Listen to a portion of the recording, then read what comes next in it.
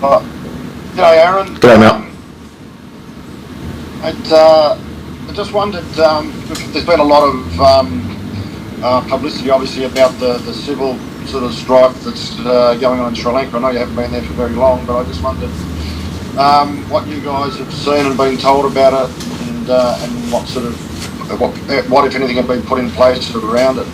Yeah, we obviously got in around midnight on Wednesday, so straight to the hotel from there. There wasn't a huge amount you could see or anything from there, but Cricket Australia has been really transparent with their communications with DFAT and all the foreign affairs. So from what we've seen so far, it's good, albeit inside the hotel for majority of it with 3 days of a sort of loose isolation, trying to stay away or stay separate as much as we can. So, but all in all, it's been a really good start to the trip.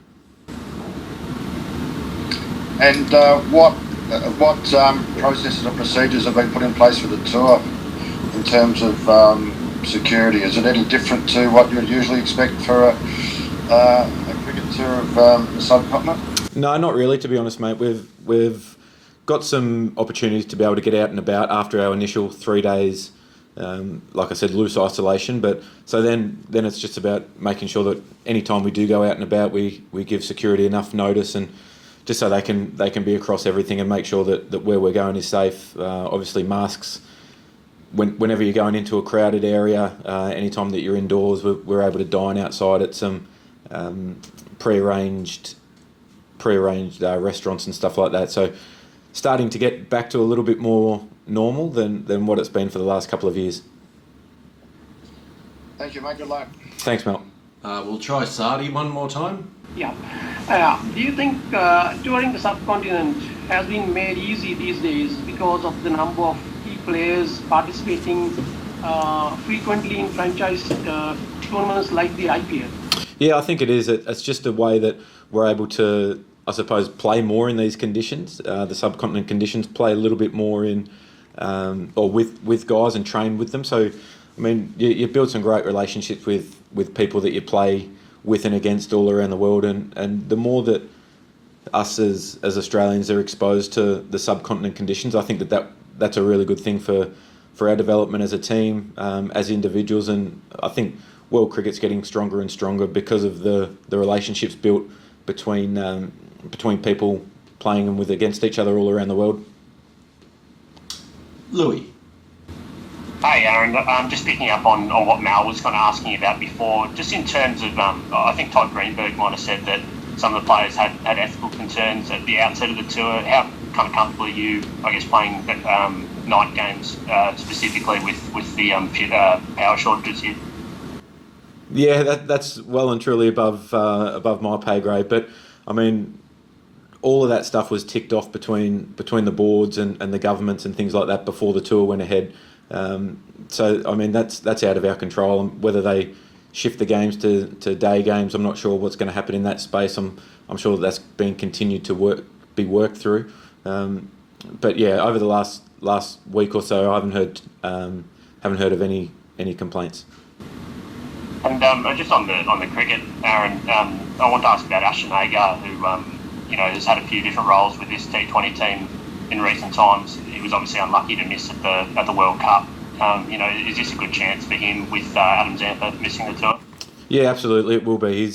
He's proved over the last couple of years that he's one of the best in the world in the T20 format for Australia, and just the fact that we've been able to, win a World Cup having the strength of Ash, not in the 11 all the time, I think is super for the group, I think, and what he's shown with his disappointment of missing out during that World Cup, his ability to bounce back and take his opportunities every time he's had them shows the character of the person, shows what kind of a team man he is, and he'll certainly get a lot of opportunity on this tour and to play that real frontline spinner role in both white ball formats of the game.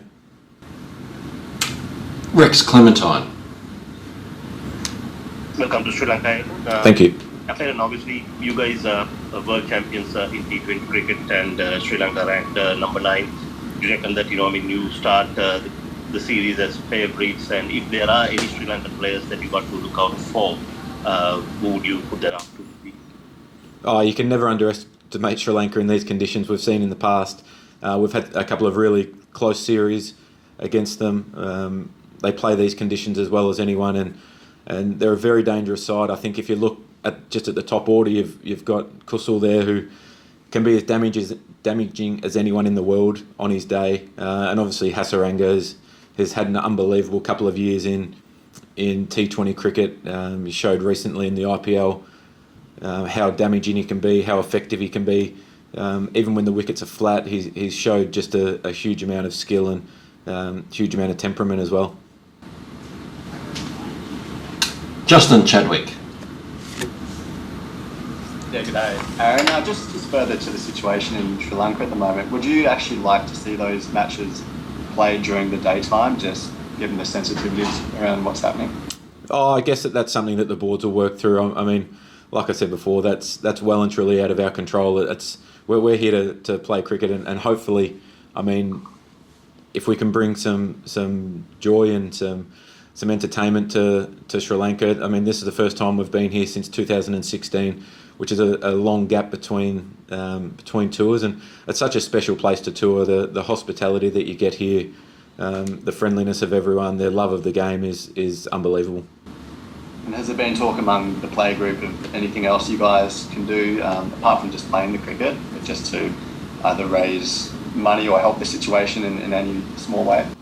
Yeah, the High Commission is all over that at the moment, and we're going to work with them. There's a couple of appearances, and I mean, over the last couple of years, yeah, we haven't been able to get out and I guess do appearances with local people wherever we've travelled, school kids and things like that. So that's going to be something that's starting to get back a little bit to normal. I remember in the last tour here, up in Kandy, we had an unbelievable experience with underprivileged kids, and that was something that you live with forever. So hopefully we can get back to that as soon as we can, and we can have a really positive impact here. Yeah. Hi, Aero. Welcome to Sri Lanka. Thank you.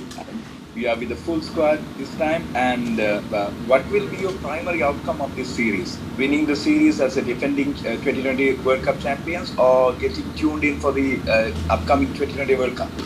Oh, I think they both go hand in hand. I think if you want to win every game that you play, obviously, but we understand that having only 11 games until the World Cup, it's not a huge amount of game time in this format. But yeah, we're hoping that we can continue our momentum that we started from the World Cup and then against Sri Lanka in our home summer and the one-off T20 against Pakistan. So I think they go hand in hand, to be honest. The more momentum you can create, the ability to continue to nail down your process and your plans as a team is really important.